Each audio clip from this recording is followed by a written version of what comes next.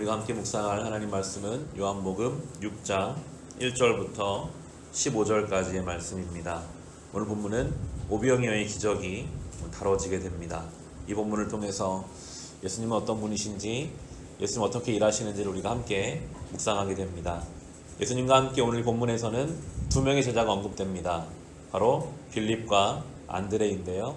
예수님이 빌립에게 먼저 물으십니다. 우리 6장 5절과 6절의 말씀 함께 읽겠습니다.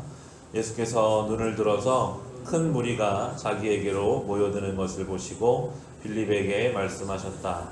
우리가 어디에서 빵을 사다가 이 사람들을 먹이겠느냐? 예수께서는 빌립을 시험해 보시고자 이렇게 말씀하신 것이었다. 예수께서는 자기가 하실 일을 잘 알고 계셨던 것이다. 성경은 말합니다. 빌립에게 물으신 이유가 그를 시험하기 위해서였다라고 말씀하십니다. 주님이 하시는 시험은 사탄이 하는 유혹과는 다릅니다. 이 시험은 우리에게 모르는 것을 가르쳐 주시고 우리가 온전하지 못할 때 온전하게 하시고 한 단계 더 나아가게 하기 위한 것이 바로 주님의 시험입니다. 아마도 빌립은 예수님의 능력보다 눈에 보이는 어떤 것에 더 많은 영향을 받고 있었던 제자였던 것 같습니다. 예수님 말씀이 빌립이 이렇게 대답하거든요. 7절을 보시면 빌립이 예수께 이렇게 대답하였다. 이 사람들에게 모두 조금씩이라도 먹게 하려면 빵 200데나리온어치를 가지고서도 충분하지 못합니다. 라고 빌립이 대답하고 있습니다. 한 데나리온이 노동자 하루 품삯이기 때문에 200데나리온이면 굉장히 큰 돈이죠. 빌립은 사람 숫자를 대충 눈으로 헤아려 보고 바로 어느 정도 돈이 필요한지 나올 만큼 현실 감각이 뛰어나고 숫자에 빠른 사람이었습니다. 그것이 주님 앞에서는 극복해야 할 부분으로 보이셨던 것 같아요. 빌립아, 내가 있는데 너의 생각처럼 그 돈이 있어야만 저들을 먹일 수 있겠느냐? 예수님이 그것을 시험해 보시고자 하셨던 것입니다. 저는 사실 빌립 같은 그런 사람이거든요. 저도 숫자 파악이 빠르고 현실적으로 늘 깨어있기를 좋아하는 사람이어서 빌립 마음이 좀 이해가 되는 것 같아요. 지금 돈이 없습니다. 돈이 있어도요, 가서 물건 사와가지고 먹으려면 이 사람들 배고픈 거 감당할 수 없습니다. 막 빌립 머리가 돌아갔겠죠.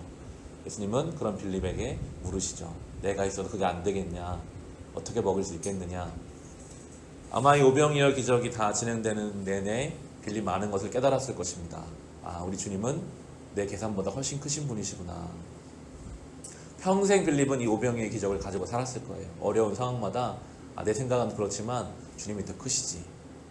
지금도 뭔가 물으시는 것 같아요. 빌립아, 우리가 어떻게 먹을 수 있겠느냐? 늘 그 주의 음성이 귓가에 들려올 때마다 주님, 제 생각보다 주님이 크십니다 라고 나아가게 하실 이 주님의 시험, 이 시험이 참 은혜의 시험임을 다시 한번 생각하게 됩니다. 이렇게 빌립에게 물으시는 와중에 안드레라는 전혀 다른 유형의 제자가 먼저 예수님께 와서 말씀을 묻습니다. 8절과 9절에 보시면 같이 읽겠습니다. 제자 가운데 하나이며 시몬 베드로와 형제간인 안드레가 예수께 말하였다. 여기에 보리빵 5개와 물고기 2마리를 가지고 있는 한 아이가 있습니다. 그러나 이렇게 많은 사람에게 그것이 무슨 소용이 있겠습니까? 안드레가 작은 먹을 것을 가져와서 묻습니다. 여기에 한 아이가 가져온 이 오병이어가 있는데 이거 가지고 무슨 소용이 있겠습니까? 이 말에는 이것으로 주님 어떻게 안 될까요? 주님이시라면 이걸 가지고 내가 보기에도 이거 아무것도 아니지만 무슨 소용이 있겠나 하는 생각이 들지만 그 말을 하는 이유에는 그래도 주님 이걸 가지고 저 배고픈 사람들을 주님 먹이실 수는 없을까요? 이 본문을 묵상하면서 안드레는 영적으로 저는 민감한 사람이었다는 생각이 많이 들더라고요. 안드레가 먼저 예수님 만나고 베드로를 데리고 왔죠. 이 본문에서도 작은 것이지만 지금 주님이 하시는 일에 대해서 뭔가 깨닫고 이것을 어떻게 되지 않을까요? 저는 그런 묵상이 되었습니다. 왜냐하면 안드레의 대답에 대해서 예수님이 아무것도 말씀하지 않으시고 그 다음 이제 일을 행해 가시거든요.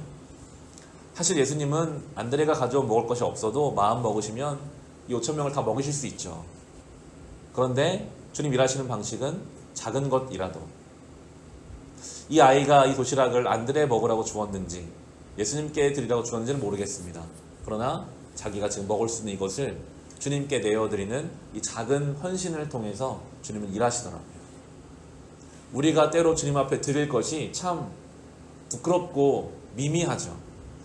내가 믿음 지키고 산다고, 내가 내 가정 안에서 기도하며 살고, 내가 내 일상 속에서 선한 양심으로 산다고 과연 이 세상에 무슨 변화가 일어날까?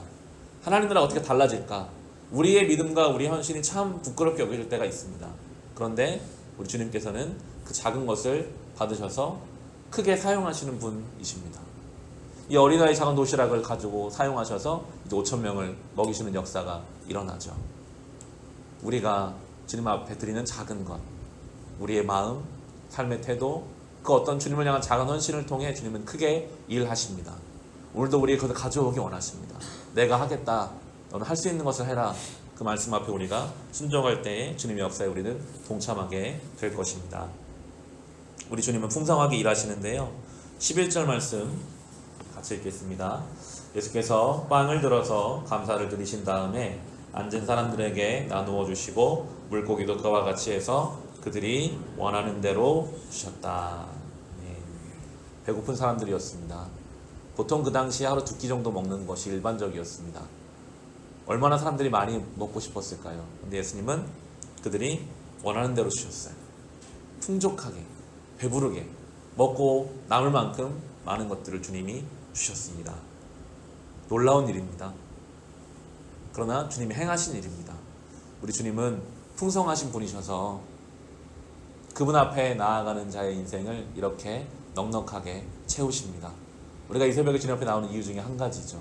풍성하신 주님 앞에 우리가 엎드릴 때 주님은 우리의 영혼과 우리의 삶을 풍성하게, 넉넉하게, 온전하게 채워주실 것입니다. 이때 일하신 주님이 오늘도 동일한 주님이시기에 우리는 그 믿음을 가지고 주님 앞에 나아갈 때 우리를 채워주는 주님을 경험하게 될 것입니다. 이 오병이어의 기적 오늘 하루 깊이 묵상하시면서 주님을 더 알아가시고 주님 가운데 거하시기를 주님의 이름으로 축원합니다.